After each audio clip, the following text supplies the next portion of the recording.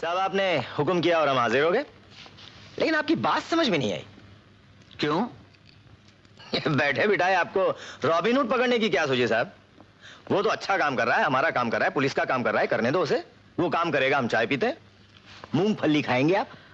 तुम ही खाओ। सेठ साहब, जो काम आप पिछले 25-25 साल में नहीं कर पाए, इसने 10 दिन में कर दिखाया। हम अगर मुजरिमों को पकड़ लेते हैं, गुंडों को पकड़ लेते हैं, तो हमारे पास सबूत नहीं होता। सबूत होता है तो कोई गुंडे का बाप ऊपर से पैदा हो जाता है, जो ऊपर से सिफारिश लेकर आता है। लेकिन ये रॉबिनहुड तो सिफारिश की नौबत ही नहीं आने देता। यही तो कमाल की बात है साहब, यही तो मैं भी कह रहा हूं कि कमाल हो गया। जिस जगह जुर्म उस जगह सजा, न रहेगा मुजरिम, न लगेगी कचहरी। Very good, simple, very nice. वो तो ठीक है यार, लेकिन मिनिस्टर साहब,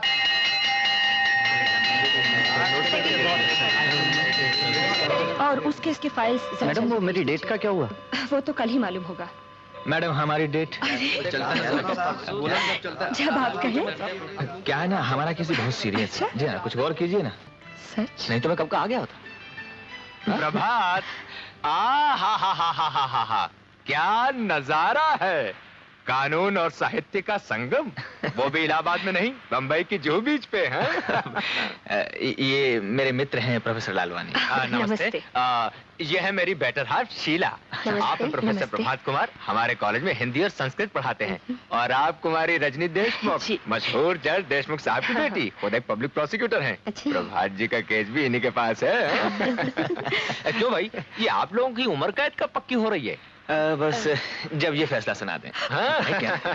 अच्छा सुनो भाई, कल हमारी उम्र कैद के 10 साल पूरे हो रहे हैं, आप दोनों जरूर आइएगा।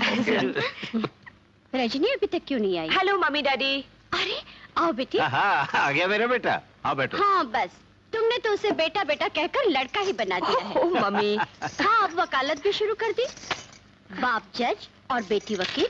फिर भी केस आप ही जीतती हैं। बिल्कुल। कहाँ जीतती हूँ, सुनवाई तक नहीं होती। मम्मी आप जुडिशरी को बदनाम कर रही हैं। क्या सुनवाई नहीं होती? मैं कब से कह रही हूँ कि बेटी अब बड़ी हो गई है, उसके हाथ पीले कर दो, मगर बाप बेटे दोनों सुनते ही नहीं। सुनिए, दैट्स अ सीरियस एलिगेशन। बोलो कब करनी है शादी? जब आप दोनों चाहे। बस सुन लिया। बोलो कब करते हैं शादी इसकी? जितनी जल्दी हो सके उतनी। अरे ठीक है, कल ही हम प्रभात की माँ से बात करते हैं। सच? Thank you daddy. बड़ी मुश्किल से इन दोनों को राजी किया है, अब बात ऑफिशियल कर ही दी जाए।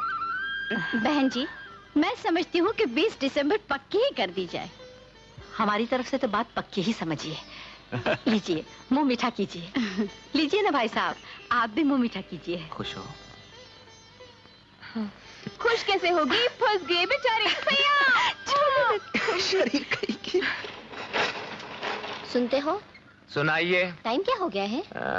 7:30 बजे। 7:30 बज गए? हाँ। सुधा अभी तक नहीं आई। अरे बाबा, शाम का वक्त है, बस मिलने में देरी हो गई होगी, आ जाएगी।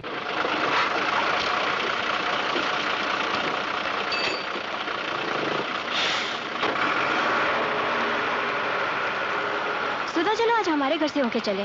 नहीं यार अभी नहीं, क्योंकि दीदी और जीजाजी वेट कर रहे होंगे, फिर कभी आऊंगी। लेकिन तुम दोनों आ रही हो ना? हाँ। अरे हाँ, आज तुम्हारी दीदी की वेडिंग एनिवर्सरी है ना? हाँ। तो वो कैसे भूल सकते हैं, हम लोग जरूर आएंगे। हाँ प्लीज जरूर आना। Okay bye bye. Okay bye. See you.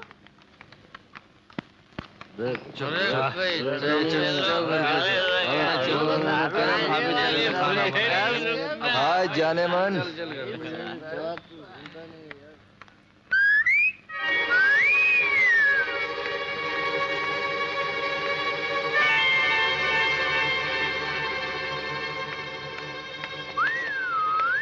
Oh no.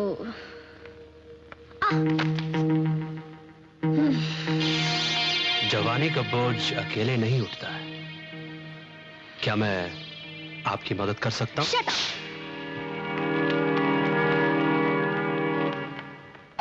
अरे मैं दुग्गल अभी आई। साहब, छोटे से काम नहीं, बड़े से ही काम चलेगा। हाँ लीजिए लीजिए साहब। हाँ इतनी देर क्यों कर दी? हाँ, बोलती नहीं। पता नहीं। हाँ हाँ, जरा देखना तो सही, कमाल है इनका भी। तुम्हारी तो हो जाएगी, दिखता नहीं क्या? सिर्फ बाप का रोड क्या? एक नहीं, दो लड़की। ऐसा लगाओ। चला, मेरी बीवी राह देख रहे हैं। जाने दो प्रभात। चल निकल साले, Please. पॉकेट की दारू पीना आते हैं। चल चल फोट, दोबारा आया तो टांग तोड़ दूंगा। आजकल ये शहर भी क्या हुआ? चलिए सीढ़ी से चलते हैं। चलो अब ठीक तो हो जाए। माशाल्लाह, माशाल्लाह। अस्सलाम वालेकुम। प्रभात प्लीज रिलैक्स। हाँ तो जगमोहन जी से कहना वलायती माल। क्या कहना है जगमोहन जी से? जगमोहन जी से कहना वलायती माल बहुत कम है। अच्छा अच्छा। उनसे कहना जरा जल्दी भेजें, खासकर से ब्लैक डाक। लोग यहाँ आते हैं ब्लैक डाक मांगते हैं, रहे उनको लेना और उनसे कहना जल्दी माल भेजें। क्या हाँ क्या तुम्हें समझ? ओ मेरा लो गवाचा कुर्ते वाले टूट। अबे चल चल चल फुट यार, चल चल फुट।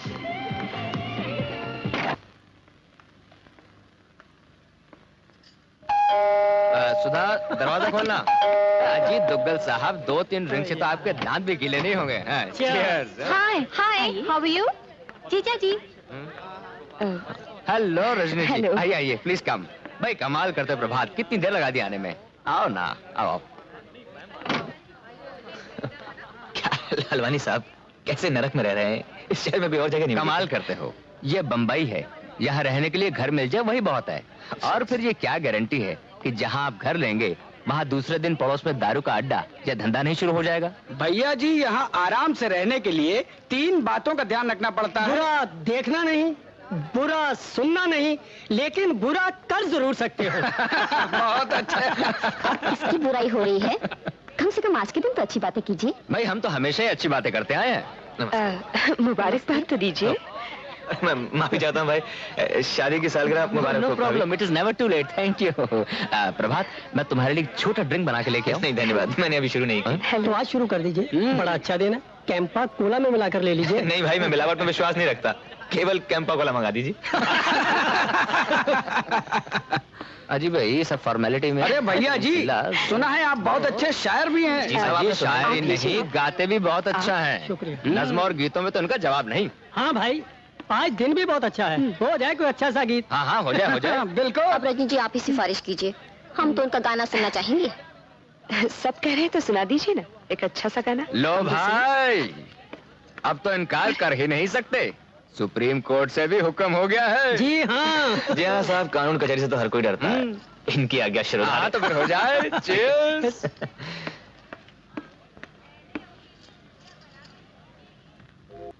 चलो चल।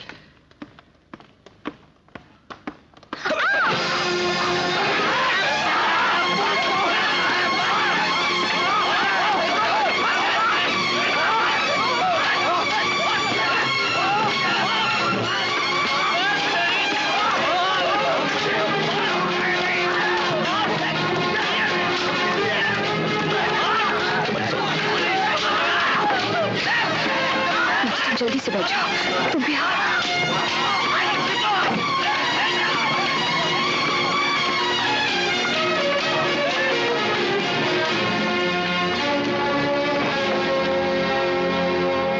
कमिश्नर साहब, उस बिल्डिंग में तो किसी शरीफ आदमी का रहना ही मुश्किल है। फ्लैट में रंडी खाना है, जुआ चलता है, नीचे शराब का अड्डा है जहाँ हर रोज मारामारी होती है। आप चिंता मत कीजिए, मैं इसकी तहकीकात करता हूं। Get me inspector Damle. Inspector Damle speaking. Damle, yes sir. आपके इलाके से बहुत कंप्लेंट्स आ रही हैं। हाँ, मैं प्रोफेसर प्रभात वर्मा को भेज रहा हूं, उनकी कंप्लेंट दर्ज कर लीजिए और भारत कॉलोनी पर फौरन रेड डालिए। Yes sir. I don't want to hear any complaint from that locality. Right sir. That's all. Okay, धन्यवाद।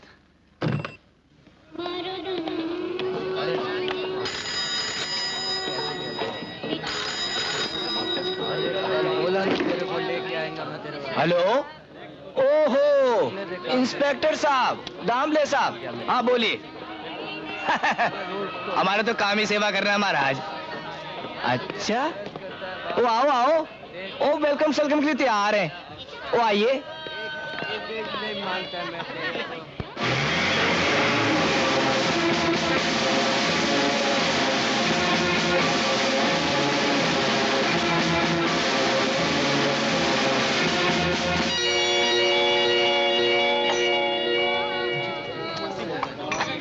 साहब। सेठ जी, इंस्पेक्टर साहब आए। अरे, थानेदार साहब आए। आइए आइए, कैसे तकलीफ दी आपने? ये नेताजी ने भी साथ लेकर आए कि वो चुंगी के इलेक्शन होने वाले क्या? ये कह रहे हैं यहाँ शराब बिकती है। शराब? जी राम का नाम लो। चल बे, चल दूध में पत्ती डाल के ला, गर्मा गर्म। कहिए प्रोफेसर प्रभात।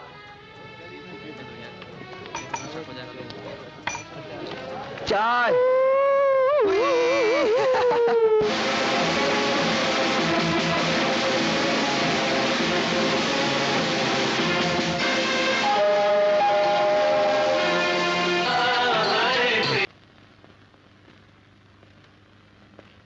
प्रभात, तुमने ये ठीक नहीं किया। इन लोगों की दुश्मनी बहुत महंगी पड़ सकती है, और फिर पानी में रह के मगर से बैर भी तो नहीं करना चाहिए। ये ठीक कहते हैं भाई साहब। देखिए, आज अगर पानी में रहना है तो मगरमच्छ से बैर क्या, उसको खत्म करना पड़ेगा, नहीं तो वो आप लोगों को जिंदा नहीं रहने देगा। मैं अंदर आ सकता हूं सर? आओ आओ आओ। आपके एयरपोर्ट जाने का वक्त हो गया सर। एक जरूरी काम निकल आया है, मुझे यहाँ रुकना होगा। लेकिन आपको दिल्ली जाना बहुत जरूरी है सर। वो मिनिस्टर साहब के साथ मीटिंग है आपकी। मिनिस्टर को मैं फोन कर दूंगा। तुम सारा केस जानते हो, तुम मेरी टिकट पे चले जाओ। आपकी टिकट सर? लेकिन उस पे तो आपका नाम है। टिकट पे मेरा फोटो थोड़ी है। तुम जाओ, मुझे यहाँ किसी से मिलना है।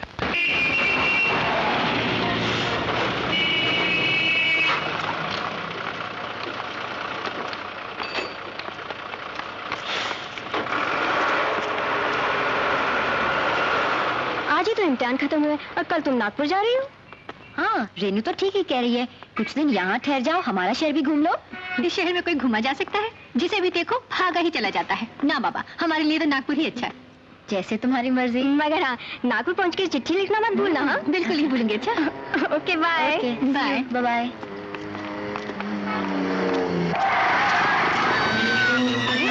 सुधा, ये सुधा की आवाज है। सुधा, सुधा,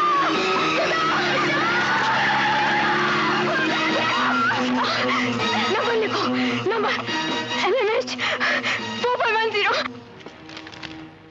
यही है वो गाड़ी का नंबर, लेकिन आप जल्दी कीजिए। न जाने वो मेरी बहन को कहाँ ले गए होंगे। ये वही इम्पोर्टेंट गाड़ी वाला है जो हमारी कॉलोनी में आता है। वहीं पर उसने मेरी बहन को छेड़ा भी था। आप शांत रहिए, वो मिल जाएगी। लोग सड़क चलती लड़की को उठा के ले जाते हैं और आप कहते हैं शांत रहिए। प्रोफेसर प्रभात, शोर मचाने से कुछ नहीं होगा। आपने रिपोर्ट लिखा दी है, हम उसे ढूंढने की पूरी कोशिश करेंगे। क्या नंबर बताया था? नंबर आपके सामने पड़ा हुआ है, ये तो आपकी एफिशिएंसी है। प्रोफेसर प्रभात, MMH 4510।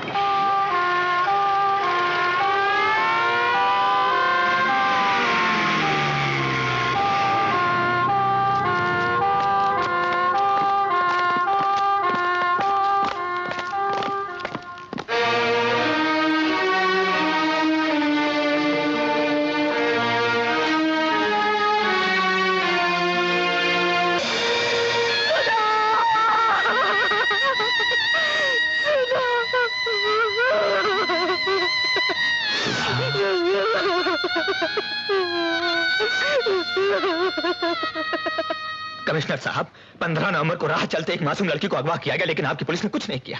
उसका बलात्कार किया गया, उसकी हत्या की गई, फिर भी आपकी पुलिस ने कुछ नहीं किया, और ना ही वो कुछ करेगी, क्योंकि मुलजिम एक मालदार आदमी का भतीजा है और आपके इंस्पेक्टर दामले उसके हाथों बिके हुए हैं। मिस्टर वर्मा, जानते हैं आप क्या कह रहे हैं? मैं ये कह रहा हूं कि सुधा अडवाणी का खून सुरेश ठाकुर ने किया है, मगर उसको कोई नहीं पकड़ेगा, क्योंकि आपके इंस्पेक्टर दामले उससे पैसे लेते हैं, आपकी पुलिस चोर है। मिस्टर प्रभात, अगर आपकी बात गलत निकली तो आपके खिलाफ कार्रवाई की जाएगी। अगर सही निकली तो? हाँ, अगर ये बात सही निकली तो इंस्पेक्टर दामले को सस्पेंड करके उस पर कार्रवाई की जाएगी और सुरेश ठाकुर को गिरफ्तार किया जाएगा। सुरेश साहब, आपको कौन गिरफ्तार कर सकता है? जब तक हम इस कुर्सी पर हैं, ये पुलिस स्टेशन आपका है, हम आपके हैं। अरे आप चिंता ना कीजिए। उन्होंने किडनैपिंग की रिपोर्ट और गाड़ी का नंबर 15 नवंबर को लिखवाया, लेकिन इससे पहले हम हमने गाड़ी की चोरी की रिपोर्ट 13 नवंबर को ही लिख दी थी। किसी का बाप भी आपको sir,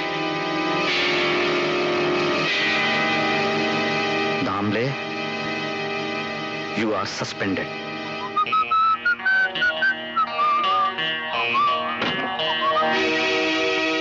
Mr. Suresh Thakur, you are under arrest for the murder of Sudha Advani. Your honour, गवाहों के बयानों से यह साबित हो चुका है कि 13 नवंबर की शाम को भारत कॉलोनी की बी बिल्डिंग की लिफ्ट के पास सुरेश ठाकुर ने सुधा अडवाणी को छेड़ा और उसके 2 दिन बाद यानी 15 नवंबर की शाम को उसे अपनी इंपोर्टेड कार में अगवा किया।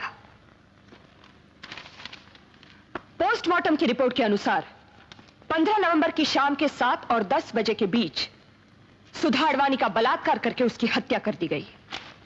लाश के नाखूनों में पाई गई जमी हुई खून की बूंदें और सर के बाल सुरेश ठाकुर के हैं और इससे यह साफ जाहिर होता है कि सुरेश ठाकुर ने सुधा अडवाणी को किडनैप किया, उसका बलात्कार किया और उसका खून कर दिया। That's all your honour. Yes mister Dayal. Your honour, मैं मानता हूं कि सुधा अडवाणी को किडनैप किया गया, उसके साथ बलात्कार भी हुआ और उसका खून भी कर दिया गया, लेकिन इन तीनों में से एक भी काम मिस्टर सुरेश ठाकुर ने नहीं किया, क्योंकि 15 तारीख की शाम 5 बजे के बाद वो बंबई में थे ही नहीं। 15 नवंबर की शाम 5 बजे वो इंडियन एयरलाइंस की फ्लाइट 415 टिकट नंबर 6794-528 से दिल्ली चले गए थे। ये उस फ्लाइट के पैसेंजर्स की लिस्ट जिसमें मिस्टर सुरेश ठाकुर का नाम मौजूद है और ये दिल्ली के उस होटल के बिल्स जहां वो उस रात ठहरे थे।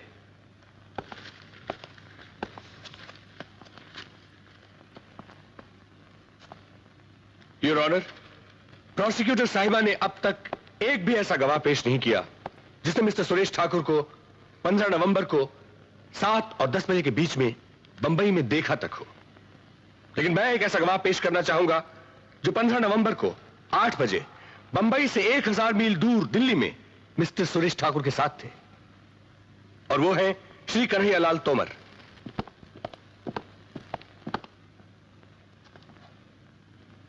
मैं जो कुछ कहूंगा सच कहूंगा, सच के सिवा कुछ नहीं कहूंगा। मैं झूठ बोलता ही नहीं। तोमर साहब, 15 नवंबर की शाम 8 बजे मिस्टर सुरेश ठाकुर के साथ आपकी कोई सरकारी अपॉइंटमेंट थी? जी हाँ थी। और उसी के लिए ये 15 नवंबर को शाम 5 बजे की फ्लाइट से बंबई से दिल्ली आए। मारे को क्या पता? आपको पता नहीं? मारे को कैसे पता चलेगा कि 15 तारीख को सुरेश ने हवाई जहाज लिया, या 14 को राजधानी से आया, या फिर 13 को सड़क गाड़ी से गया? लेकिन उनका आपके साथ अपॉइंटमेंट तो था ना? था। तो इस अपॉइंटमेंट के हिसाब से वो आपको दिल्ली में मिले? बिल्कुल मिले। कितने बजे? 8 बजे। तारीख क्या थी? यो कितनी बार पूछोगे भाई? बस एक बार और पूछो। तो बताइए, 15 नवंबर की शाम को 8 बजे मिस्टर सुरेश ठाकुर आपके साथ थे या नहीं? थे। बस खुश। Thank you your honour. Your witness. Thank you.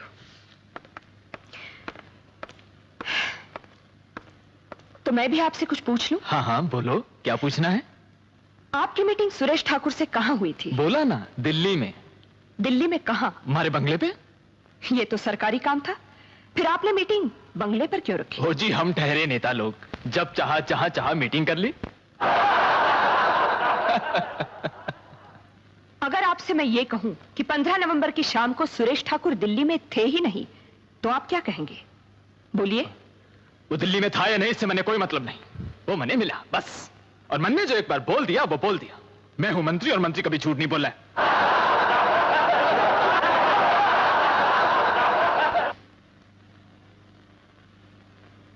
इसमें कोई शक नहीं कि सुधा अडवाणी की लाश पे पाई गई खून की बूंदें और सर के बाल सुरेश ठाकुर से मिलते हैं, लेकिन इस सबूत की बिना पर के वारदात के दिन वो दिल्ली में मौजूद थे। मैं सुरेश ठाकुर को बेनिफिट ऑफ डाउट देकर रिहा करता हूं।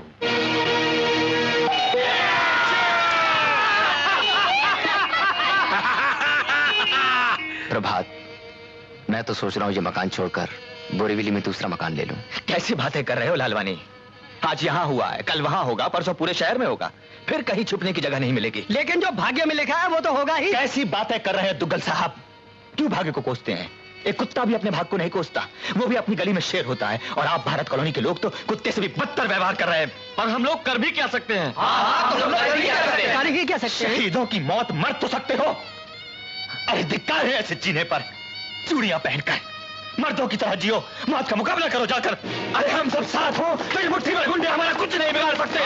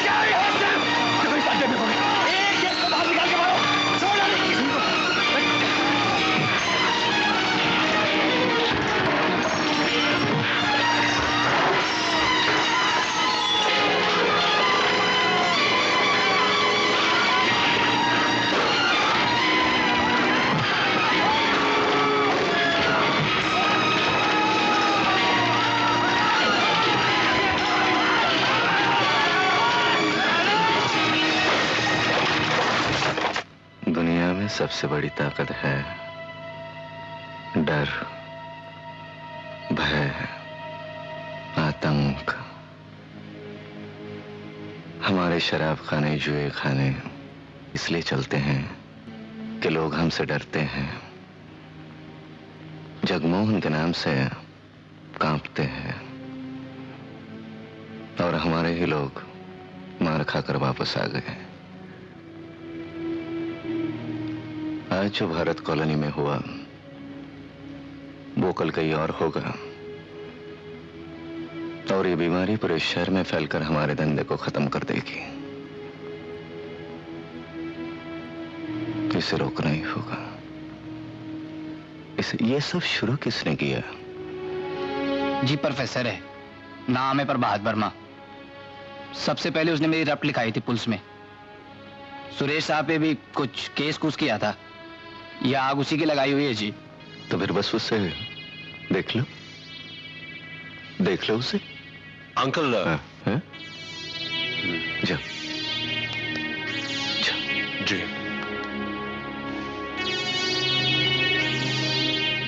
और सुनो, कुछ भी करना लेकिन करते हुए पकड़े मत जाना। गलती मैं सिर्फ एक बार माफ करता हूं।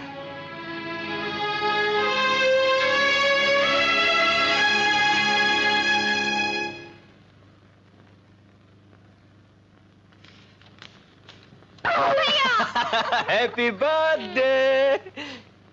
देख क्या रही है, खोलना इसे। थैंक यू भैया। थैंक यू भैया, खोलना। मुट्टू। मेरा छोटा सा संसार, नजर लगे ना दुनिया की, यूं ही हंसती रहे बाहर। मेरा छोटा सा घर, मेरा छोटा सा संसार, छोटा छोटा सा घर, मेरा छोटा सा संसार। छोड़ना बेटे। अरे तुम दोनों बिल्कुल पागल हो जाते हो। भैया वो तुम्हारी भाभी, सॉरी सॉरी सॉरी, मेरी भाभी आई क्यों नहीं? आ जाएगी, किसी केस में फंस गई होगी, जाएगी। कोई दूसरी नहीं मिली थी क्या? छोड़ो प्लीज भाभी।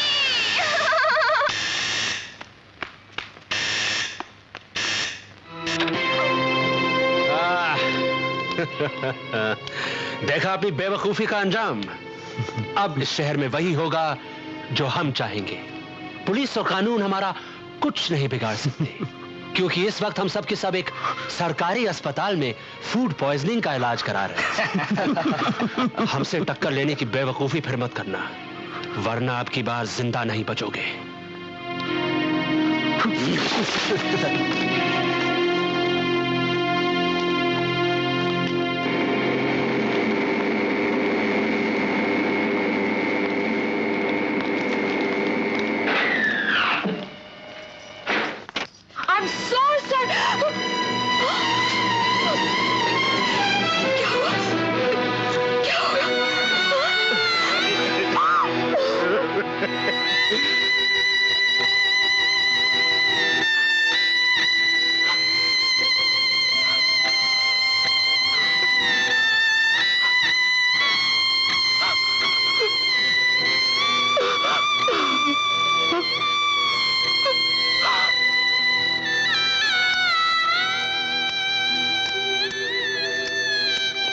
मिस्टर वर्मा,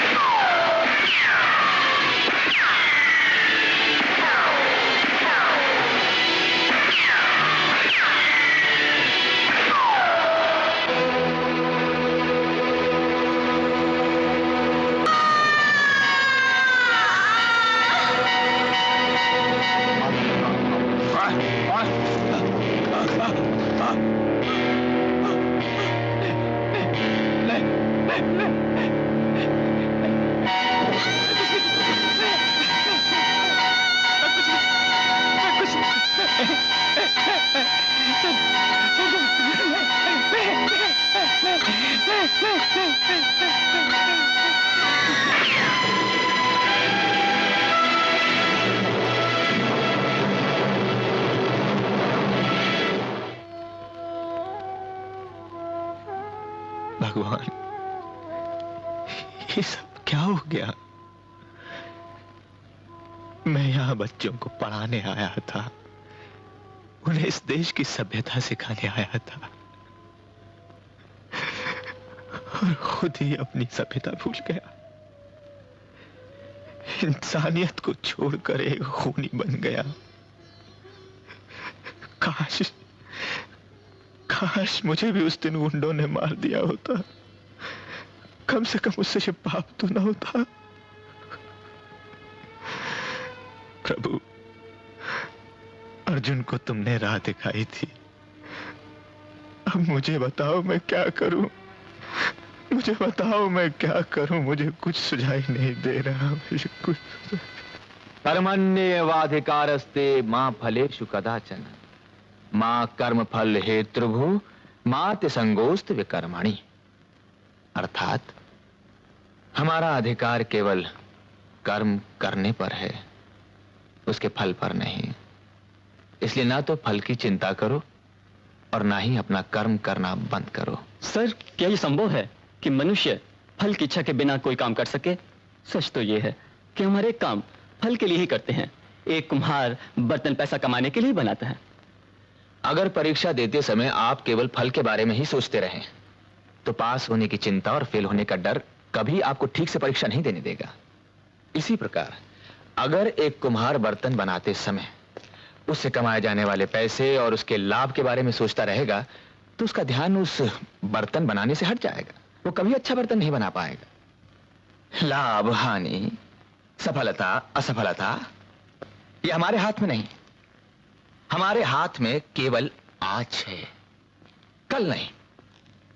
कर्म आज है, फल कल है। अगर आज सुधर गया तो कल अपने आप सुधर जाएगा। सर, आपको विश्वास है कि हमारा कल सुधर जाएगा? क्या मतलब? आज जो हमारे देश में लूट मार, जो अराजकता चल रही है, उससे तो नहीं लगता कि हमारा देश सुधर सकेगा? जरूर सुधरेगा। गीता के 4थे अध्याय में भगवान कृष्ण अर्जुन से कहते हैं, यदा यदा हि धर्मस्य ग्लानिर्भवति भारत अभ्युत्थानम अधर्मस्य तदात्मानं सृजाम्यहम्। अर्थात जब जब धर्म की हानि होगी और अधर्म की बढ़ोतरी, तब तब मैं नया रूप धारण करूंगा। परित्राणाय साधुनाम विनाशाय च दुष्कृताम धर्म संस्थापनार्थाय संभवामि युगे युगे। अर्थात अच्छों की रक्षा करने के लिए और दुष्टों का नाश करने के लिए मैं हर युग में जन्म लेता हूं। सर, क्या बदमाशों को मारने के लिए भगवान फिर से अवतार लेंगे? कुछ काम करने के लिए भगवान स्वयं आते हैं और कुछ हमसे करवाते हैं।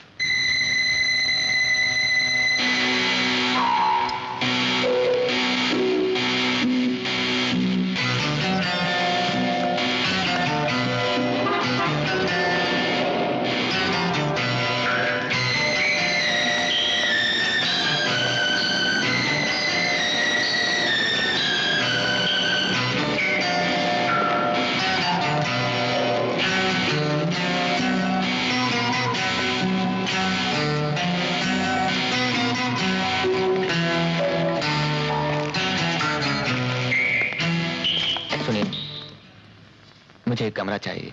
कितने दिन को? अभी तो 1 महीने के लिए। 1 महीने को?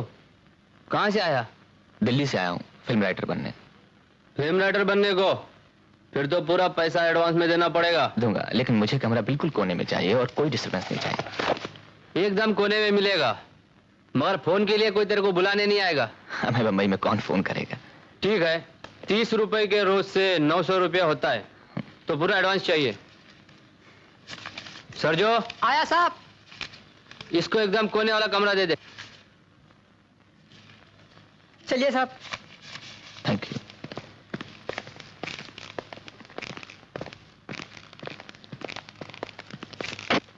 आपका कमरा साहब।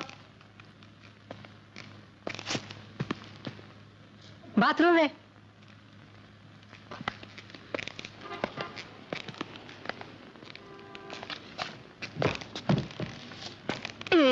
उधर गार्डन है साहब।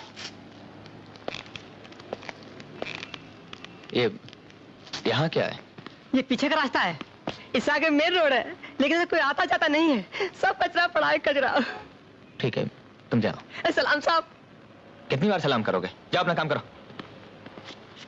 दोबारा डिस्टर्ब मत करना मुझे।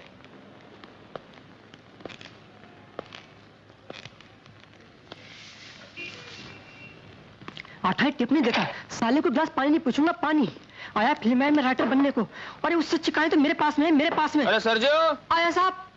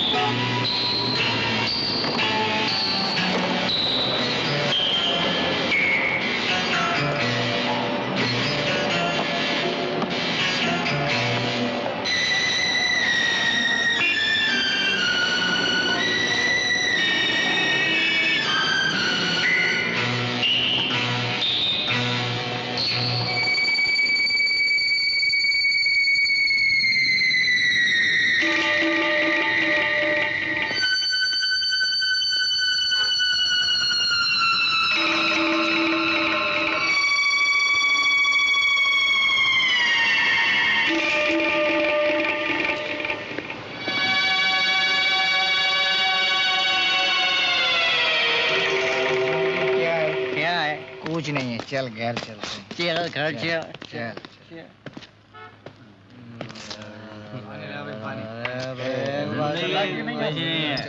सही है, सही है, एकदम सही बोलता है। मुझे क्यों लाश?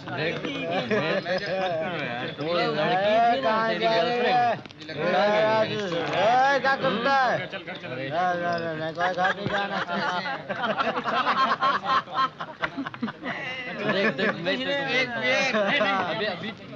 बोलो क्या मांगता है? कैंपा कोला। क्या? कैंपा कोला। कैंपा कोला? अरे पिंटो, कैंपा कोला लाना। कैंपा कोला। क्या यार पॉकेट मगर कुछ नहीं मिला है ना इधर। हंसता जो है।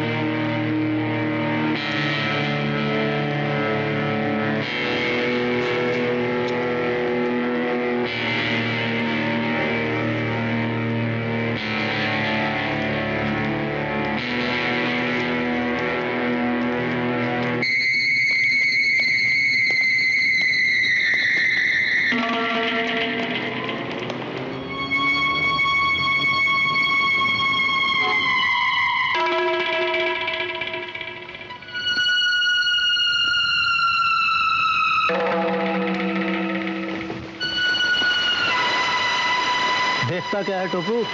माल निकाल, माल माल निकाल। कम सुनाई देता है क्या?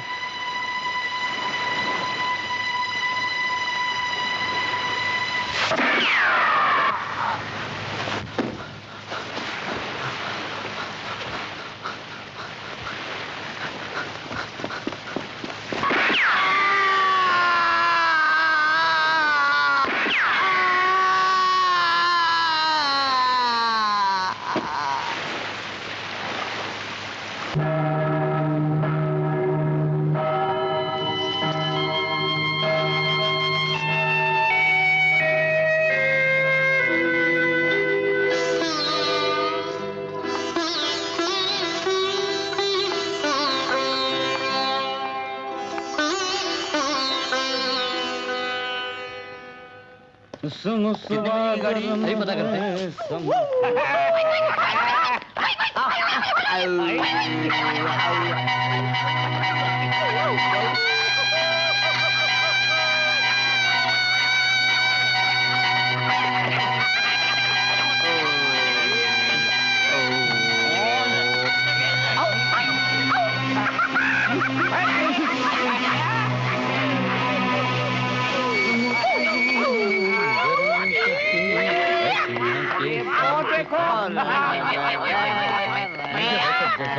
हाँ लीजिए लीजिए।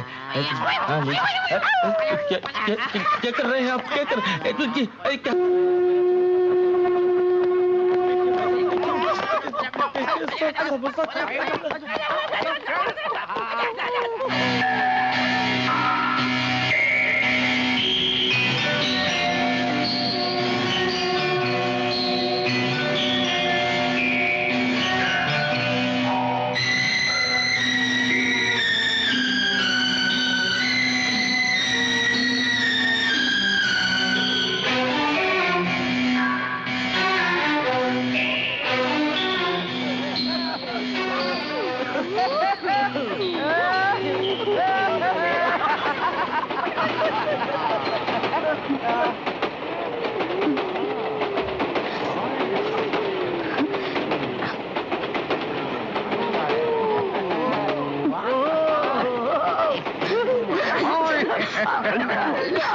क्या कर रहे हैं?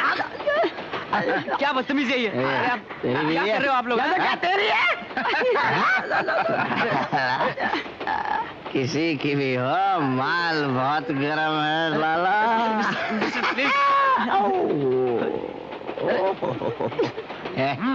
तो जरा उसको ठीक कर, मैं तब तक इसे गर्म करता हूँ।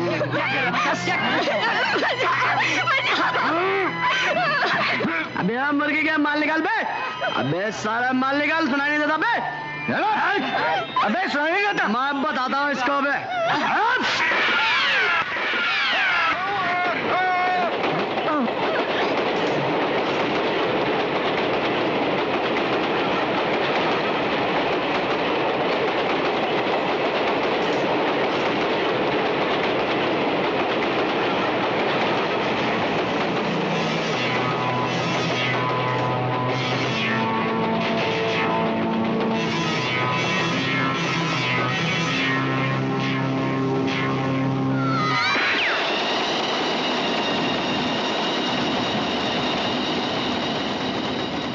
रॉबिन हुड की वापसी।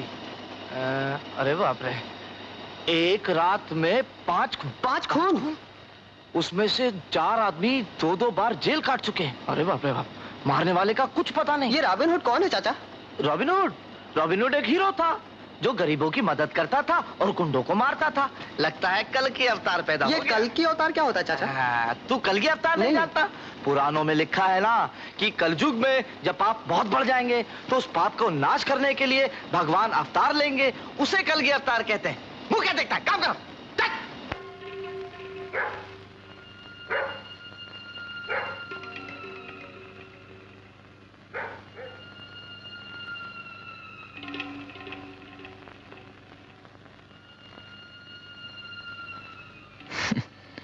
भगवान ही जाने इस देश को क्या हो गया है, जहां लोग एक खूनी को रॉबिन हुड कहते हैं, दूसरों की जान लेने वाले को हीरो बना देते हैं। उन्हें कैसे बताऊं कि मैं हीरो नहीं हूं, मैं तो एक उजड़ी बहन का भाई हूं एक बिन माँ का बेटा हूँ। मैं तो खुद ही एक दुखी आदमी हूँ जो एक गोली चलाता है और 10 बार खुद मरता है।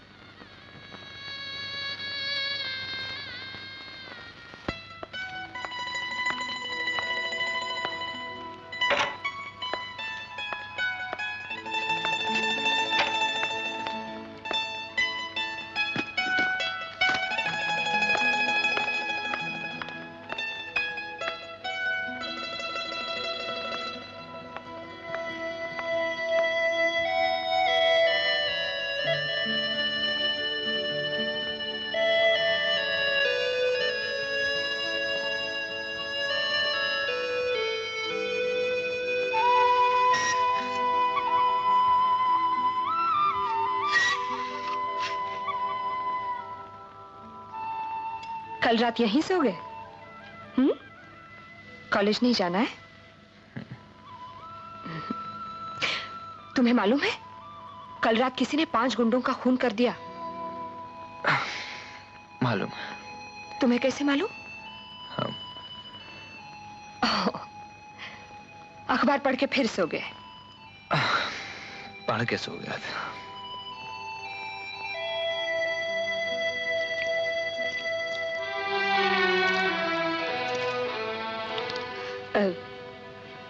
कल रात कहाँ थे?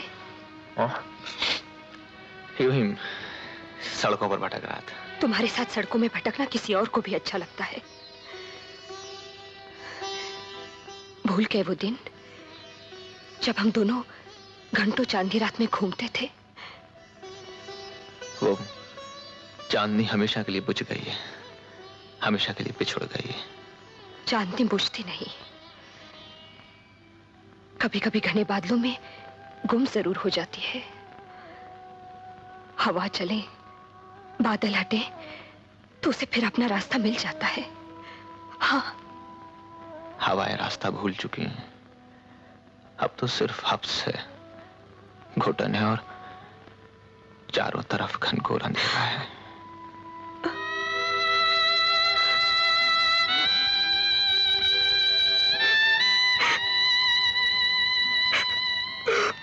मुझे माफ कर दो रजनी। मधु की चीखें मुझे सोने नहीं देती। तुम्हें कैसे बताऊं कि मेरी जिंदगी वीरान हो चुकी है। अब इसका कोई मकसद नहीं रहा। प्यार करोगी तो किस दिल से? दिल में तो संघर्ष है और आंखों में तलाश।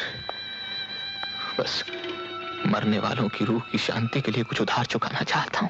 मुनीम जी। आया सेठ जी। भाई सुनो, मैं एक जरूरी मीटिंग में जा रहा हूँ। आप ये पैसे वेलजी भाई को दे दीजिएगा। हाँ, दे देता हूँ जी। और सुनिए, आप चाहे तो टैक्सी में जा सकते हैं। नहीं सेठ जी, टैक्सी की क्या जरूरत है? ये नजदीक ही तो जाना है, मैं ट्रेन से चला जाऊंगा। ठीक है, जैसे आपकी इच्छा।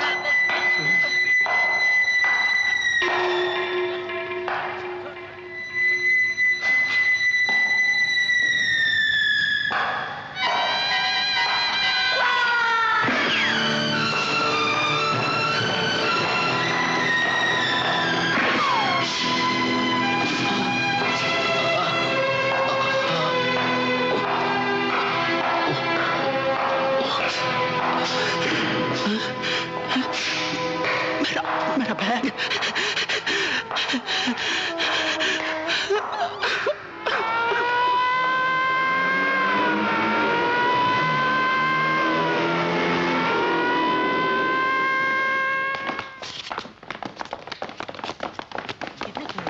हटो हटो, रास्ता दो।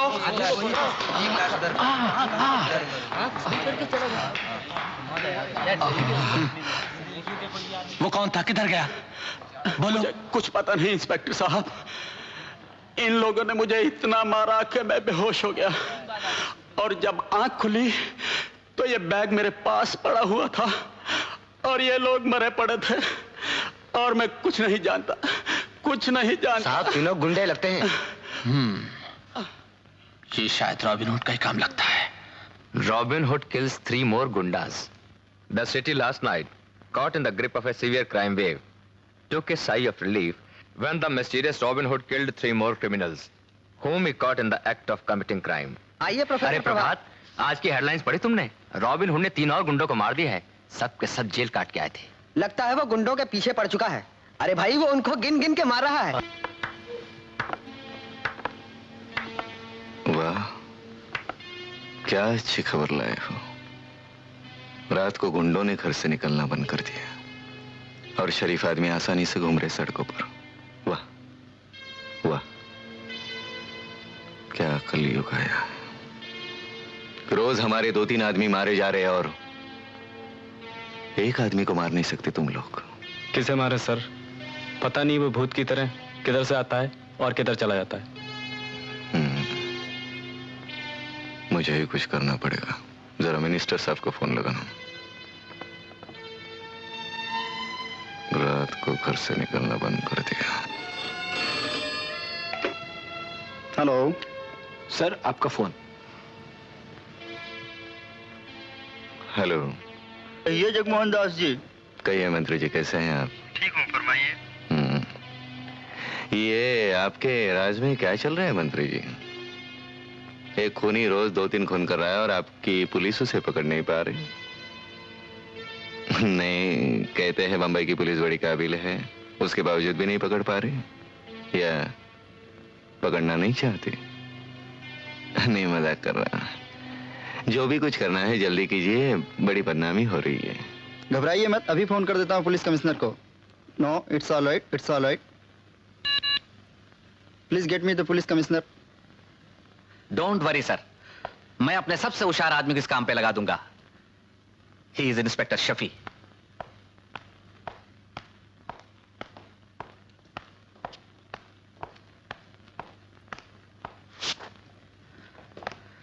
आओ शफी, मैं तुम्हारा इंतजार कर रहा था। बैठो। शुक्रिया साहब, आपने हुक्म किया और हम हाजिर हो गए। लेकिन आपकी बात समझ में नहीं आई। क्यों? बैठे बिठाए आपको रॉबिन हुड पकड़ने की क्या सोचे साहब? वो तो अच्छा काम कर रहा है, हमारा काम कर रहा है, पुलिस का काम कर रहा है, करने दो उसे। वो काम करेगा, हम चाय पीते। मूंगफली खाएंगे आप? तुम ही खाओ। सेठ साहब, जो काम आप पिछले 25-25 साल में नहीं कर पाए, इसने 10 दिन में कर दिखाया। हम अगर मुजरिमों को पकड़ लेते हैं, गुंडों को पकड़ लेते, तो हमारे पास सबूत नहीं होता। सबूत होता है तो कोई गुंडे का बाप ऊपर से पैदा हो जाता है, जो ऊपर से सिफारिश लेकर आता। लेकिन ये रॉबिन हुड तो सिफारिश की नौबत ही नहीं आने देता। यही तो कमाल की बात है साहब, यही तो मैं भी कह रहा हूं कि कमाल हो गया। जिस जगह जुर्म उस जगह सजा, न रहेगा मुजरिम, न लगेगी कचहरी। Very good, simple, very nice. वो तो ठीक है यार, लेकिन मिनिस्टर साहब के फोन का क्या होगा? वो कहते हैं उसे पकड़ना ही होगा। जाने दो ना साहब। अच्छा, नौकरी नहीं करोगे? वो तो करनी है साहब, करनी है। हुक्म तो मानना ही पड़ेगा, चाहे गलत ही सही। जाके गिरफ्तार कर लेता हूं शरीफ आदमी को। Good luck to you. Thank you sir.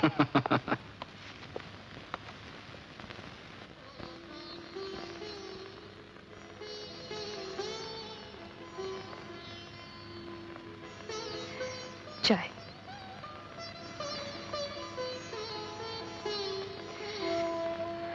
बहुत दिनों से तुमसे एक बात पूछना चाहती हूँ। पूछो। उस दिन इंस्पेक्टर से क्यों कहा कि तुमने किसी को नहीं देखा? क्या होता बता के? उन्हें सजा तो मिल जाती।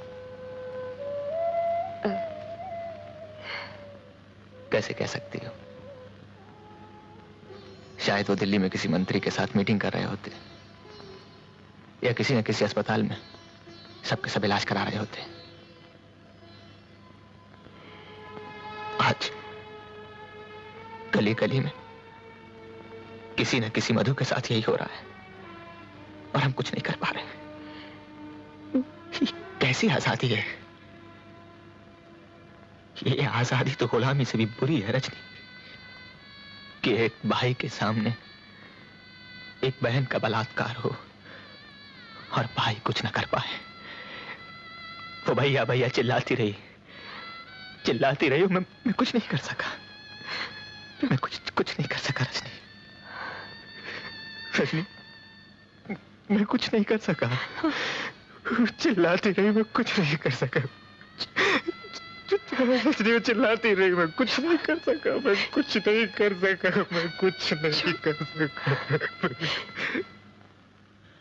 मैंने आप लोगों को इसलिए बुलाया है, आपके एरिया में रॉबिन हुड के नाम से जितने भी खून हुए हैं, मुझे उसकी कंप्लीट रिपोर्ट चाहिए। नंबर 1, मरने वालों के नाम, उनके पते, उनका पिछला रिकॉर्ड, किसी जुर्म में कभी पकड़े गए थे या नहीं, और अगर पकड़े गए थे तो सजा हुई थी या नहीं हुई। एंड नंबर 2, ये जितने भी खून हुए एक ही पिस्तौल से हुए। क्या आपके पास ऐसी रिपोर्ट है कि इसी पिस्तौल से दूसरे खून हुए हैं? हुआ था सर। किसका? भारत कॉलोनी के कृष्ण खन्ना का सर। कब हुआ था? इन सब खूनों के तकरीबन 1 हफ्ता पहले सर। हाँ। वीरकर, मुझे उसकी फाइल चाहिए। मिल जाएगी सर, जल्द से जल्द, इससे पहले कि वो दूसरा खून कर बैठे। Right sir.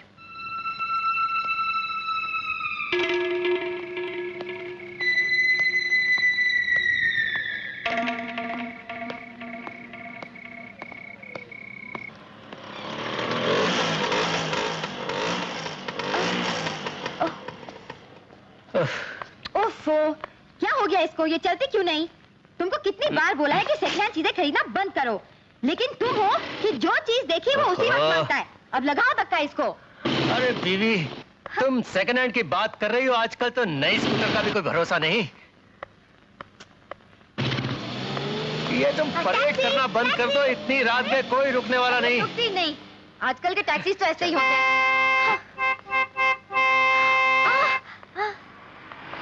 Lift, lift, lift. ओफो। अरे देखो तो आ रही है वो। अरे सुनते हो क्या? आ रही है। उसे पूछो ना, हमें लिफ्ट देंगे क्या?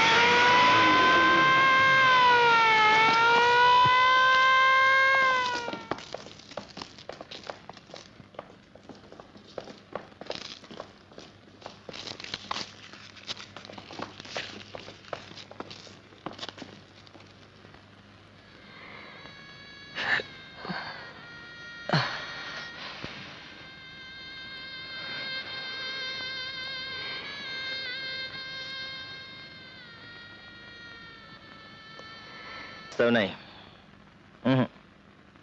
ऐसे कैसे हो सकता है?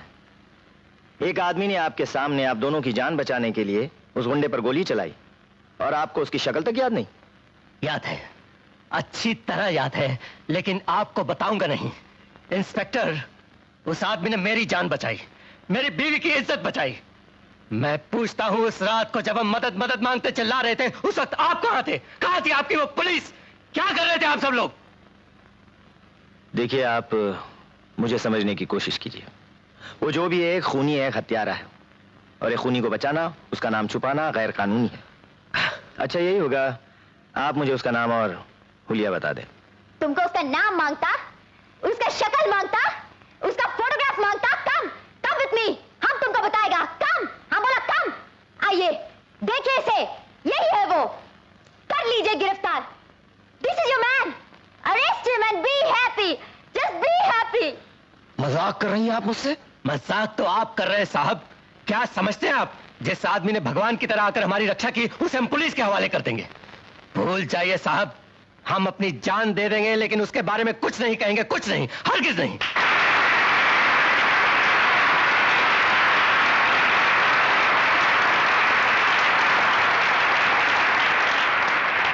दोस्तों, वर्मा ने की जी। पेरीरकर जी, ये प्रोफेसर प्रभात वर्मा कौन है?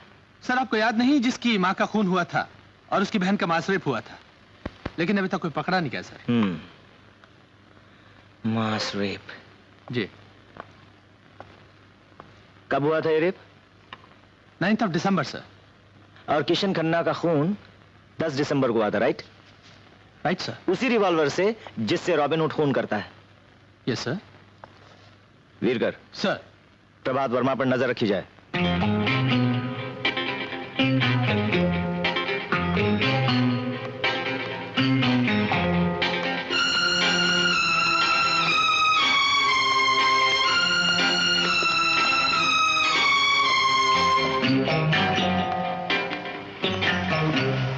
Taxi, modern hotel. चल।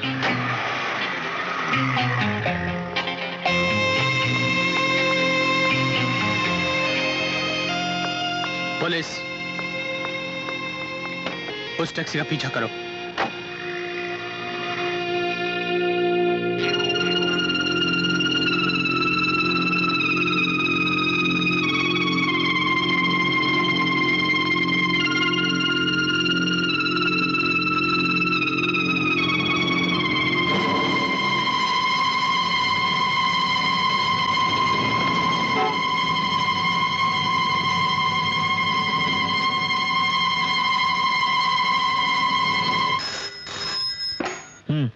मिस्टर प्रभात अभी मॉडर्न होटल गए sir. Modern hotel? Yes sir. कौन सा कमरा? जी वो पता नहीं। तुम पता लगा के रखो, मैं अभी आया। राइट।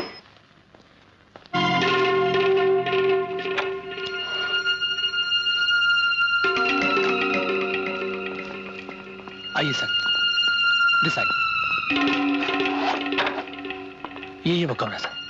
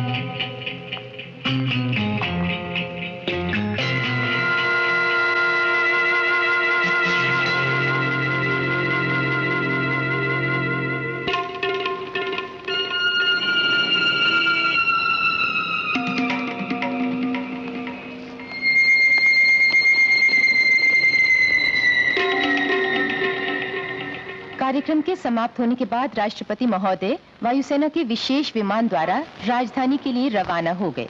इन दिनों बंबई शहर में एक खूनी चर्चा का विषय बना हुआ है, जो हुंडों और बदमाशों का खून कर रहा है। पुलिस कमिश्नर साठ ने हमारे संवाददाता को बताया कि पुलिस की बहुत जोरों से तहकीकात चल रही है। और अब सुनिए खेल समाचार। आज सिडनी में भारत तथा ऑस्ट्रेलिया के बीच खेले जा रहे 5वें क्रिकेट टेस्ट मैच का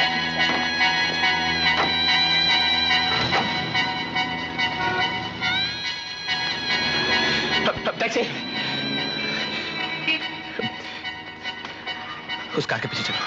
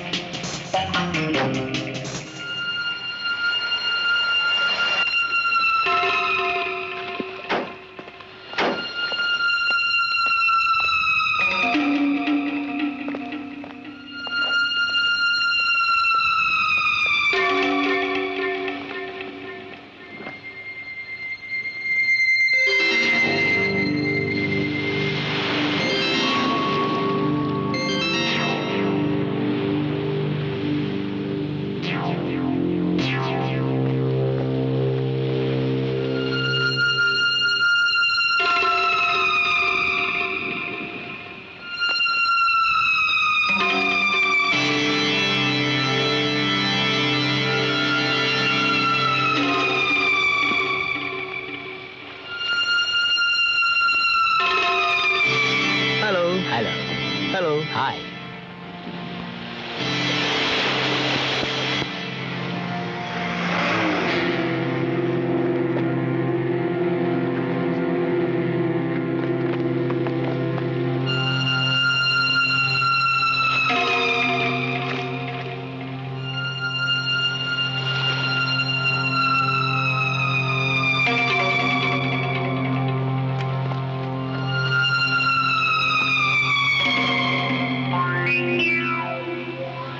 It's okay.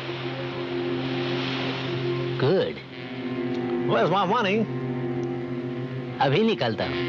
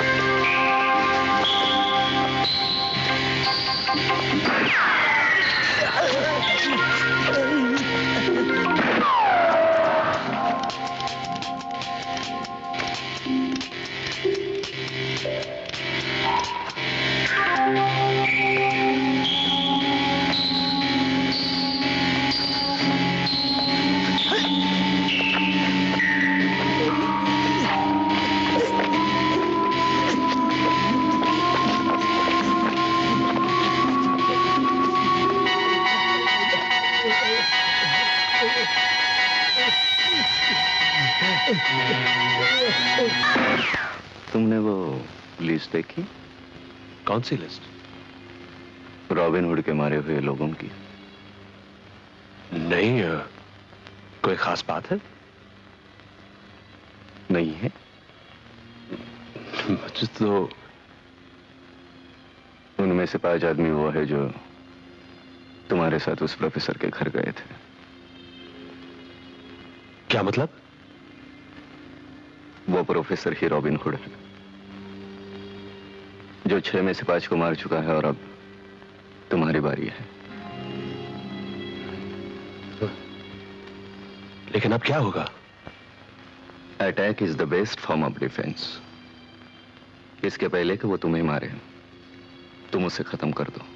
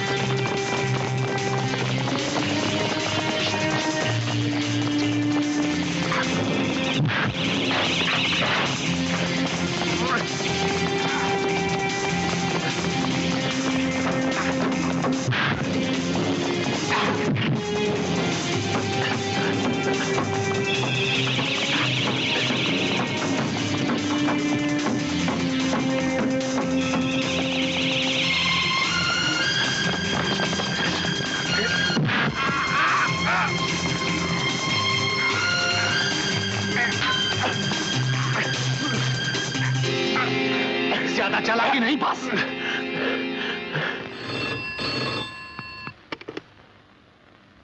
हेलो, मैं बोल रहा हूँ। हाँ, मंत्री जी, हमारा सुरेश पकड़ा गया। ठीक है, आप अस्पताल में डलवा दीजिए। डॉक्टर कपाड़िया से मैं बात कर लूंगा, बाकी का मैं संभाल लूंगा।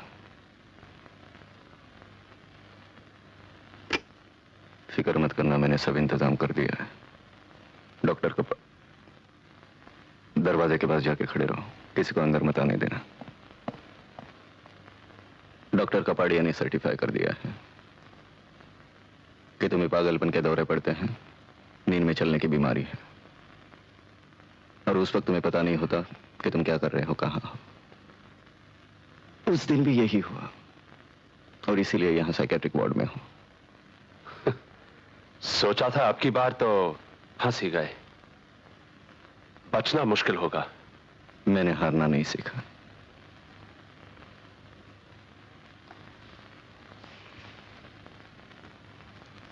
Relax, relax.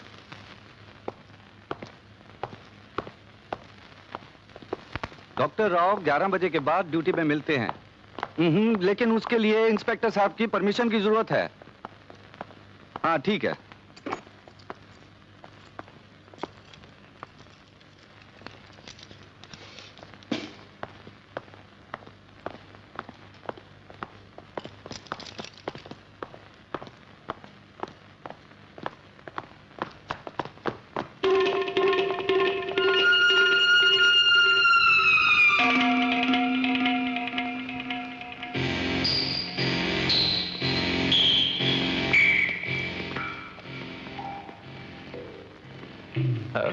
सुनिए जी,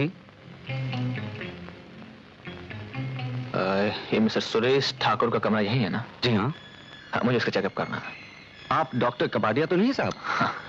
लेकिन डॉक्टर साहब, आपका तो कल 11 बजे का अपॉइंटमेंट है। हाँ, कल सुबह मेरा एक ऑपरेशन है, मैंने सोचा अभी घर जाते उसका चेकअप कर। अच्छा अच्छा, ठीक है साहब। आइए डॉक्टर साहब, जरा साइन।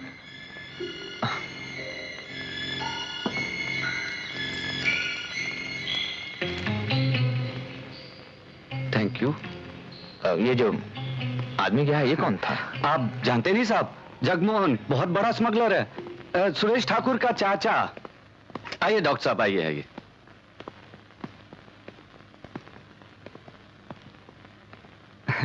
डॉक्टर साहब, ये नई मशीन गवर्नमेंट ने पागलों को शॉक ट्रीटमेंट देने के लिए मंगवाई है। आप बैठिए ना, मैं सुरेश ठाकुर को अभी लेके आता हूं। बैठिए बैठिए डॉक्टर साहब। चलो, डॉक्टर कपाड़िया चेकअप के लिए आए हैं।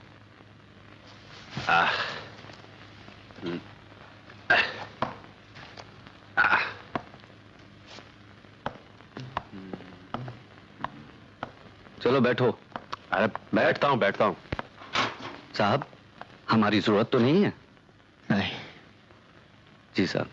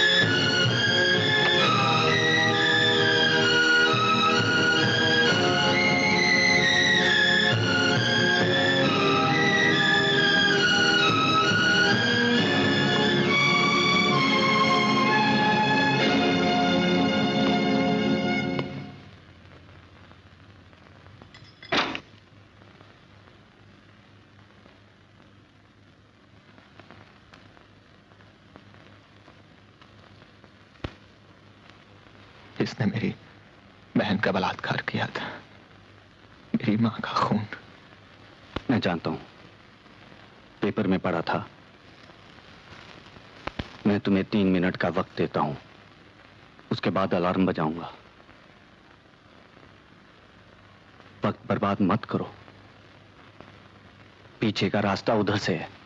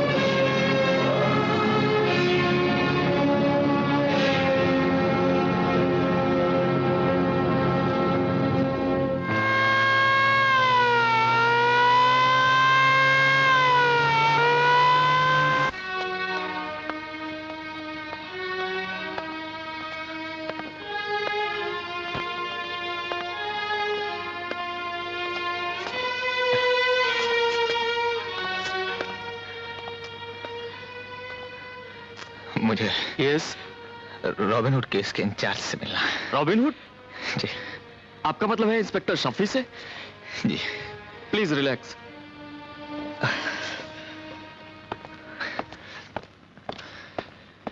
Sunday, get inspector Shafi.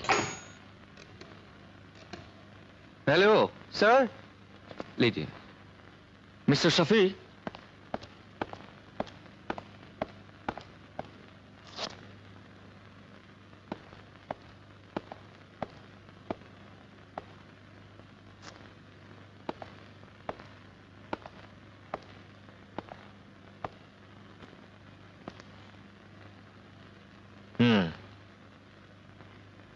आप मुझसे मिलना चाहते थे?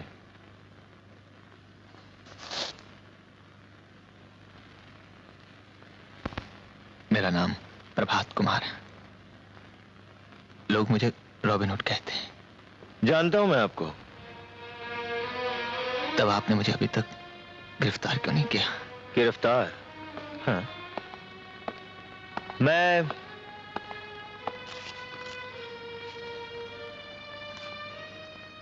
मैं आपके साथ एक सौदा करना चाहता हूं।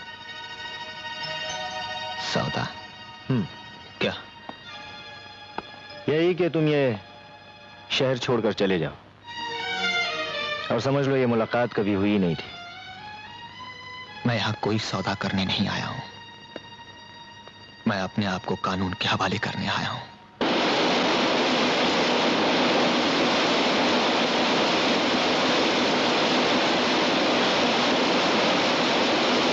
तुमने अपने बचाव के लिए वकील करने से इनकार क्यों किया?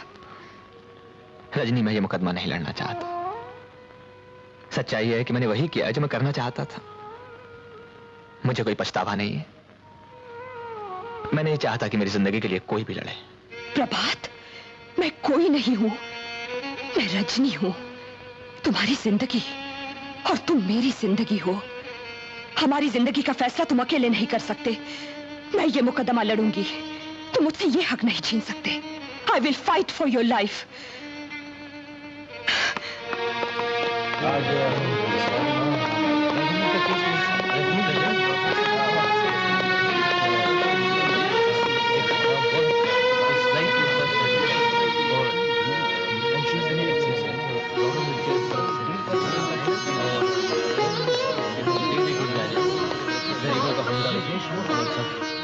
अच्छा है योर ऑनर, ये केस बिल्कुल साफ है। देखने में सीधा साधा लगने वाला प्रोफेसर प्रभात कुमार वर्मा दरअसल एक बहुत खतरनाक आदमी है। ये दिन में बच्चों को हिंदी और संस्कृत पढ़ाता और रात में पिस्तौल लेकर ऐसे निकल पड़ता जैसे शैतान बच्चे गुलेल लेकर चिड़िया मारने निकल पड़ते हैं और जब जैसे चाहते हैं मार डालते हैं। प्रभात वर्मा को आज कर रॉबिन हुड बनने का शौक था। इस शौक को पूरा करने के लिए, अपनी बहादुरी के डंके बजवाने के लिए इन्होंने 10 दिनों में 14 खून करके एक नया रिकॉर्ड कायम किया है। योर ऑनर, ये सारे खून शौक और शोहरत के लिए सोच समझकर ठंडे दिल से किए गए हैं। जिस आदमी की नजरों में दूसरों की जिंदगी की कोई कीमत नहीं, उसे तो खुद भी जिंदा रहने का कोई हक नहीं। प्रभात कुमार वर्मा अपने जुर्म पर इकबाल कर चुके हैं। इन्हें कड़ी से कड़ी सजा मिलनी चाहिए। क्या आप अपने जुर्म का इकबाल करते हैं? जी हाँ। योर ऑनर, माफी चाहती हूँ, मगर जब से अदालतें बनी हैं, तब से हर मुल्जिम से यही सवाल पूछा जाता है जिसका कोई मतलब नहीं, जो नहीं पूछा जाना चाहिए। क्यों? क्योंकि अगर प्रोफेसर प्रभात वर्मा आपसे ये कहें कि उन्होंने कोई जुर्म नहीं किया, तो क्या आप उनकी बात मानकर उन्हें छोड़ देंगे? योर ऑनर, अदालत के इस कटहरे में प्रोफेसर प्रभात वर्मा इसलिए खड़े हैं कि असलियत का पता लगाया जा सके, यह साबित किया जा सके कि ये अपराधी हैं या नहीं। और सरकारी वकील साहब ने अभी तक कोई भी ऐसा गवाह या सबूत पेश नहीं किया है जिससे यह साबित हो सके कि प्रोफेसर प्रभात वर्मा ने एक भी खून किया है। योर ऑनर, ये शख्स इतना चालाक है कि इसने आज तक कोई सबूत छोड़ा ही नहीं। ऐसा आतंक फैला रखा है कि शरीफ तो शरीफ, गुंडे तक इसके नाम से कांपते हैं। जिस किसी ने इसे गोली चलाते देखा वो जिंदा नहीं बचा, और जो 2-4 बच गए हैं वो इसे पहचानने से इनकार करते हैं, डरते हैं। जिस आदमी को कोई पहचानता नहीं, जिसका पता शक्ल कुछ मालूम नहीं, जिस पर किसी को शक तक नहीं, वो आदमी अपने आप को कानून के हवाले करता है, अपनी मर्जी से इस कटहरे में आकर खड़ा हो जाता है। योर ऑनर, अगर प्रोफेसर वर्मा से कुछ पूछना है तो ये पूछिए कि ये इस कटहरे में आकर क्यों खड़े हुए, इन्होंने अपने आप को कानून के हवाले क्यों किया। Please your honour. क्या आप इस सवाल का जवाब देना चाहेंगे? जज साहब, मैंने अपने आप को कानून के हवाले इसलिए किया है कि मेरी लड़ाई एक आदमी की जिंदगी और मौत की लड़ाई नहीं है। सवाल यह नहीं है कि मुझे सजा होगी या नहीं, सवाल यह है कि हमारे देश के लोग आराम से जिंदा रह सकेंगे या नहीं। आज इस देश में क्या हो रहा है? कानून कहां है? लॉ एंड ऑर्डर कहां है? जहां देखो वहां गुंडों का राज है, अराजकता है, बलात्कार ही बलात्कार है, कभी किसी अबला का, कभी सारे समाज का। गली गली में इंसानियत का खून हो रहा है, हमारी आजादी का खून हो रहा है, और हम चुपचाप खड़े देखते रहते हैं। पुलिस कुछ करना नहीं चाहती, कानून कुछ कर नहीं पा रहा, इसलिए मुझे पिस्तौल उठानी पड़ी। मगर एक जुर्म को हटाने के लिए दूसरे जुर्म का सहारा तो नहीं लिया जा सकता? अगर पुलिस की गोली से कोई अपराधी मारा जाए तो उसे जुर्म नहीं कहा जाता जज साहब, पुलिस पर मुकदमा नहीं चलाया जाता। मैंने वही किया जो पुलिस को करना चाहिए था और उसने नहीं किया। कानून शिकनी के बढ़ते हुए तूफान को रोकने के लिए मैंने एक और तूफान का सहारा लिया। आज अगर इस शहर में अमन और शांति है, लोग आजादी से चल फिर रहे हैं, जिसकी वजह वो तूफान है, वो डर है। मैं मानता हूं कि मैंने खून किए हैं, लेकिन दोष मेरा नहीं है, दोष कानून का है। आज इस कटहरे में मुझे नहीं, कानून को होना चाहिए था। लेकिन कानून को कैसे बुलाया जा सकता है? बुलाया जा सकता है योर ऑनर। मैं इस अदालत में कानून को पेश करने की इजाजत चाहती हूँ। मैं समझा नहीं। मैं जस्टिस वीवी देशमुख को इस अदालत में एक गवाह के रूप में पेश करना चाहती हूँ। यह नहीं हो सकता, एक जज को अदालत के कटहरे में खड़ा नहीं किया जा सकता। India is a democratic country. हमारे देश में कानून की हिफाजत के लिए प्रधानमंत्री को भी बुलाया जा सकता है। मगर जस्टिस देशमुख का इस केस से क्या ताल्लुक है? बहुत गहरा ताल्लुक है योर ऑनर। ऐसा होता तो नहीं है, फिर भी जस्टिस देशमुख को अगर कोई एतराज ना हो तो। मैं जो कुछ कहूंगा सच कहूंगा, सच के सिवा कुछ नहीं कहूंगा।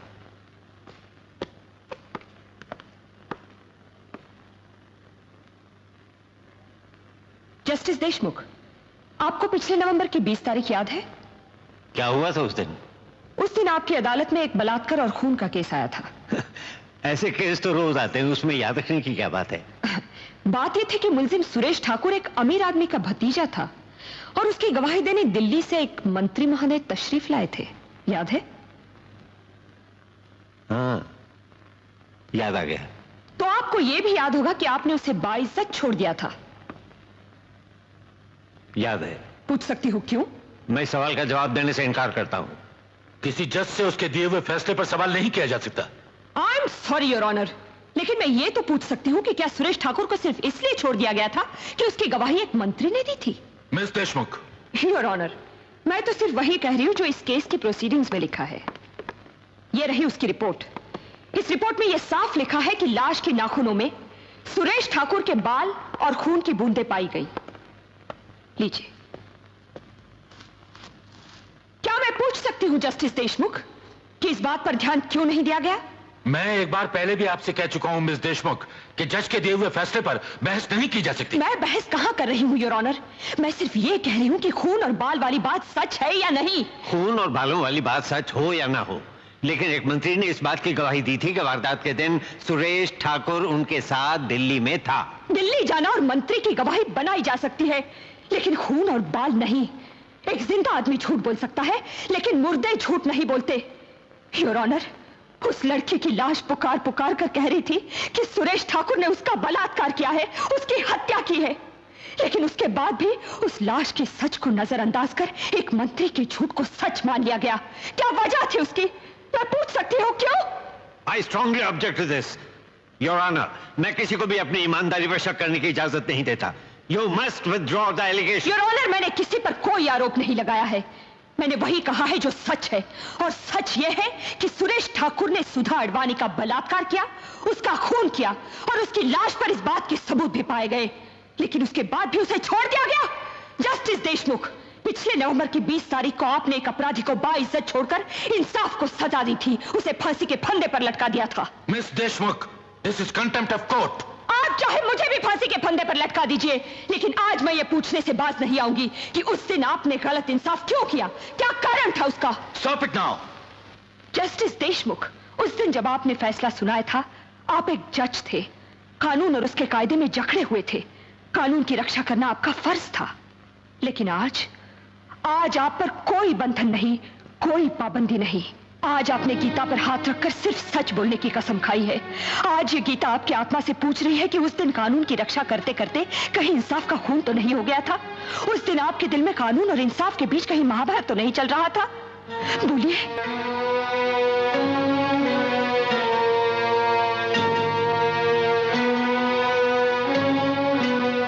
एक जज के दिल में ये महाभारत हमेशा होती रहती है।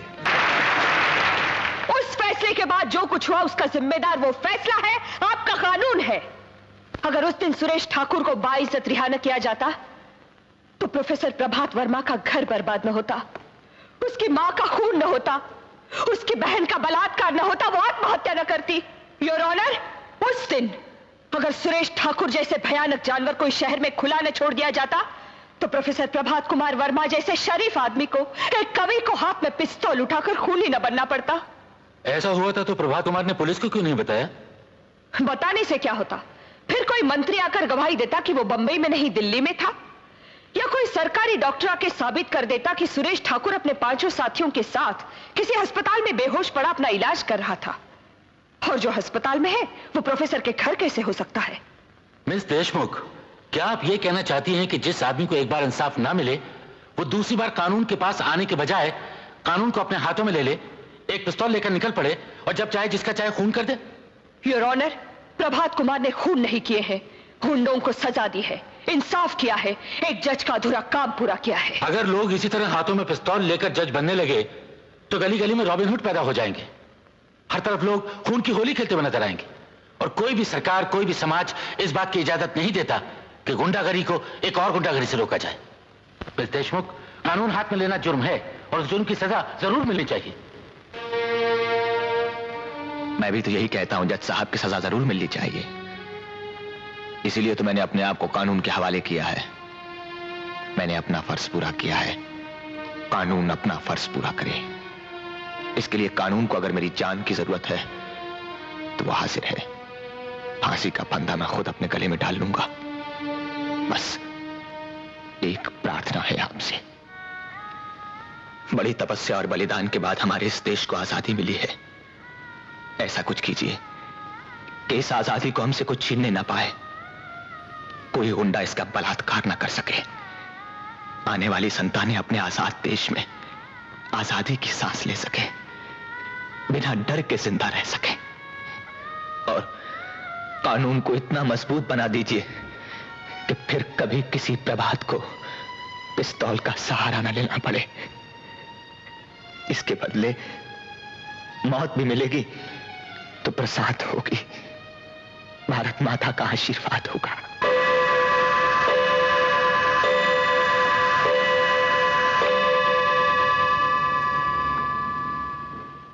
The court is adjourned.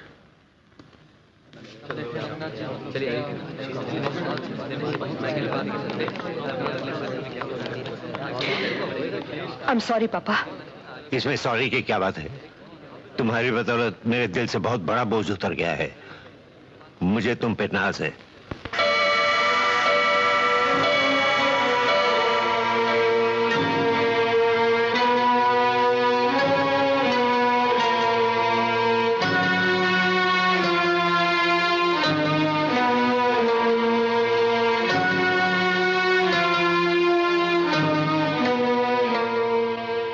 सुनिए, खाना लग गया है।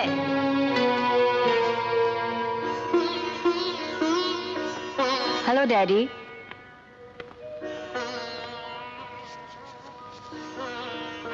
Hello daddy. हेलो बेटी। तुमसे कई बार कहा है कि अदालत की परेशानियां घर पे नहीं लाया करो। क्या करूं भाई, काम ही ऐसा है। इंसान की जिंदगी और मौत का सवाल होता है। आजकल रॉबिन हुड का केस चल रहा है। बात तो ठीक है, जब से वो आया है शहर में अमन हो गया है। नहीं तो जब तक रेनू कॉलेज से नहीं आ जाती थी मुझे तो डर लगा रहता था। जरा सोचिए योर ऑनर, आपकी बेटी कॉलेज से घर आ रही है, रास्ते में गुंडा उसे देख लेता है, वो भागती है, गुंडा उसका पीछा करता है, उसको पकड़ लेता है, उसका बलात्कार करना चाहता है। आपकी बेटी मदद के लिए पुकारती है, उसकी चीखें सुनसान सड़कों से टकराकर वापस आ जाती है। वो थककर जमीन पर गिर जाती है और गुंडा उसके कपड़े उतारने के लिए हाथ आगे बढ़ाता है और अचानक एक गोली चलती है। भगवान की तरह वहां कोई आ जाता है, गुंडा मारा जाता है और एक दुनिया उजड़ते उजड़ते रह जाती है, एक जिंदगी बर्बाद होते होते बच जाती है। मैं आपसे पूछना चाहती हूँ योर ऑनर, क्या आप बचाने वाले को सजा देंगे? उसे खूनी समझेंगे? उसे गुनहगार और अपराधी ठहराएंगे? तुम कहना क्या चाहती हो? योर ऑनर, प्रभात कुमार मुजरिम नहीं है। उन्होंने जो कुछ भी किया है वो कानून की हिफाजत के लिए किया है, आपको आपको और आपको बचाने के लिए किया है। और यह साबित करने के लिए मैं इंस्पेक्टर शफी को एक गवाह के रूप में पेश करने की इजाजत चाहती हूं। इंस्पेक्टर शफी,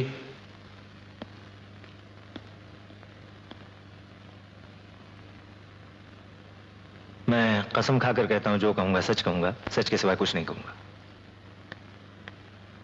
जब आपको कमिश्नर साहब ने बुलाया और रॉबिन हुड का पता लगाकर उसे गिरफ्तार करने का हुक्म दिया, तब आपने क्या कहा?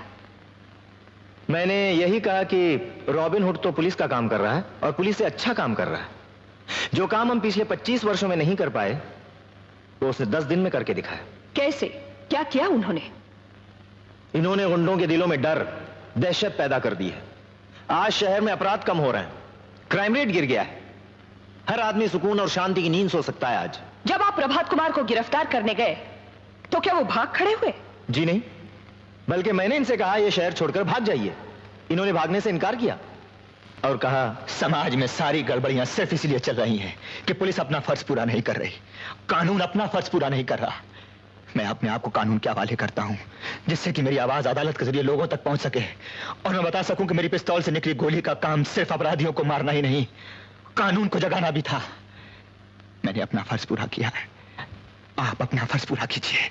और ये कहकर प्रभात कुमार ने अपने आप को पुलिस के हवाले कर दिया। आपने प्रभात कुमार को भाग जाने के लिए क्यों कहा? योर ऑनर, प्रभात कुमार ने रॉबिन हुड बनकर गुंडों के दिलों में जो डर, जो आतंक पैदा कर दिया था, मैं उस डर को जिंदा रखना चाहता था। उस रॉबिन हुड को जिंदा रखना चाहता था जो लोगों की रक्षा करता रहा। इंस्पेक्टर शफी, हालात कुछ भी रहे हों, आपको अपना फर्ज अदा करना चाहिए और आपका फर्ज खूनी को पकड़ना है, उसका इंसाफ करना या उसे छोड़ देना नहीं। इस गलती के लिए आपको सस्पेंड कर देना चाहिए ताकि दूसरे अफसर से नसीहत लें और कभी ऐसी गलती ना करें।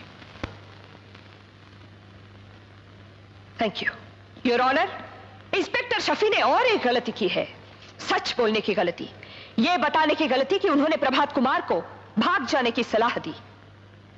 प्रभात कुमार ने भी यही गलती की थी, सच बोलने की गलती, अपने आप को कानून के हवाले करने की गलती, जबकि अदालत के पास इनके खिलाफ कोई सबूत नहीं था, कोई गवाह नहीं था। मिस रजनी, इससे बड़ा सबूत और क्या हो सकता है कि प्रभात कुमार ने भरी अदालत में यह बयान दिया है कि वो सारे खून इन्होंने किए हैं। अगर अदालत में दिया हुआ बयान ही सब कुछ है, तो मैं इस गीता पर हाथ रखकर बयान देने के लिए तैयार हूं कि ये सारे खून मैंने किए हैं। तो क्या प्रभात कुमार को छोड़ देंगे और मुझे सजा देंगे? काश ऐसा हो सकता, लेकिन मैं ये झूठ भी नहीं बोल सकती, क्योंकि इस कटहरे में खड़ा हुआ एक सच्चा इंसान अपने बचाव के लिए किसी भी झूठ का सहारा नहीं लेना चाहता। जज साहब, जरा गौर से देखिए, ये वही सीधा साधा प्रोफेसर है जो इलाहाबाद से बंबई आता है, यहां की गुंडागर्दी देखकर घबरा जाता है, पुलिस के पास जाता है, कोई मदद नहीं मिलती। एक मालदार गुंडा एक शरीफ लड़की का बलात्कार करता है, उसकी हत्या कर देता है। प्रभात कुमार कानून का दरवाजा खटखटाता है, दरवाजा खुलता है, लेकिन वहां झूठी गवाही की जीत होती है, सच हार जाता है। कानून का फैसला गुंडों को शाबाशी देकर उनकी हिम्मत बढ़ाता है। नतीजा वही गुंडा, एक करोड़पति स्मगलर का भतीजा, उस प्रोफेसर को सबक सिखाने के लिए 5 और गुंडों को लेकर उसके घर पहुंच जाता है। और उसके बाद एक बेटे की आंखों के सामने उसकी मां की हत्या कर दी जाती है। एक एक करके 6 गुंडे उसकी बहन का बलात्कार करते हैं। वो मासूम भैया भैया पुकारती रहती है, लेकिन रस्सियों में बंधा हुआ भैया कुछ नहीं कर पाता, कुछ नहीं।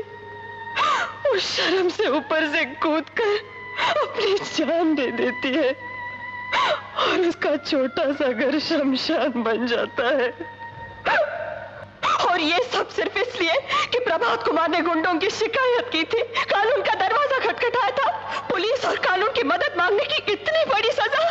कानून तो सिर्फ एक बार फांसी देता है, लेकिन उस रोज 6 गुंडों ने इन्हें बार बार फांसी के फंदे पर लटकाया था। कुर्सी से बंधे उस खिलौनी करतूत को देखने की सजा हजारों सालों की जेल से कहीं ज्यादा थी। उस सजा के बाद प्रभात कुमार जीना भूल गया, हंसना भूल गया, रोना भूल गया, प्यार करना भूल गया। मैं पूछती हूँ दुनिया की कौन सी अदालत प्रभात कुमार को इससे बड़ी सजा दे सकती है? योर ऑनर, अगर आप प्रभात कुमार को कुछ देना ही चाहते हैं तो उसे उसकी माँ दे दीजिए, उसकी बहन दे दीजिए, वो मुस्कुराहटें दे दीजिए जो मिट चुकी है, वो दिल दे दीजिए जो प्यार करता था। मगर आपका कानून ये सब कुछ नहीं दे सकता। अगर दे सकता है तो मौत, सिर्फ मौत।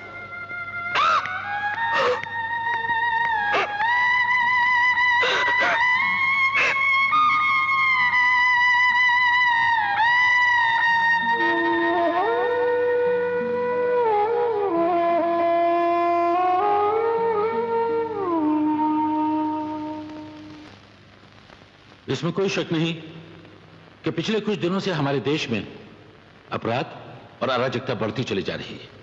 अब सवाल यह है कि हम और आप इस अराजकता के लिए क्या कर रहे हैं? चुपचाप देखते रहना या कानून और सरकार को गालियां देना इसका इलाज नहीं, और नहीं इसका इलाज कानून को हाथ में लेकर लोगों का खून करना है। दोनों रास्ते गलत हैं। इसलिए आज जरूरत इस बात की है कि हम सब लोग साथ मिलकर अपने देश को मजबूत करें, कानून को मजबूत करें, पुलिस को मजबूत करें, जिससे हमारे देश से अपराध और अराजकता कम हो सके और हम हर एक के साथ सही इंसाफ कर सकें। प्रभात कुमार के साथ भी सही इंसाफ होना चाहिए। कानून का तकाजा है कि उन्होंने जो जुर्म किया उसकी सजा उन्हें मिले। इसलिए यह अदालत प्रभात कुमार को उम्र कैद की सजा देती है। लेकिन जिन हालात में ये खून हुए, उन हालात में किसी भी इंसान का मानसिक या दिमागी संतुलन बिगड़ सकता है। प्रभात कुमार के साथ भी ऐसा ही हुआ। इसलिए यह अदालत इंसानियत और इंसाफ की मांग को पूरा करते हुए सरकार से यह दरखास्त करती है कि उनको और उनकी सजा को माफ कर दिया जाए, ताकि प्रभात कुमार एक बार फिर से अपनी टूटी हुई जिंदगी को समेटकर सही मायनों में एक अच्छे नागरिक की तरह जी सके।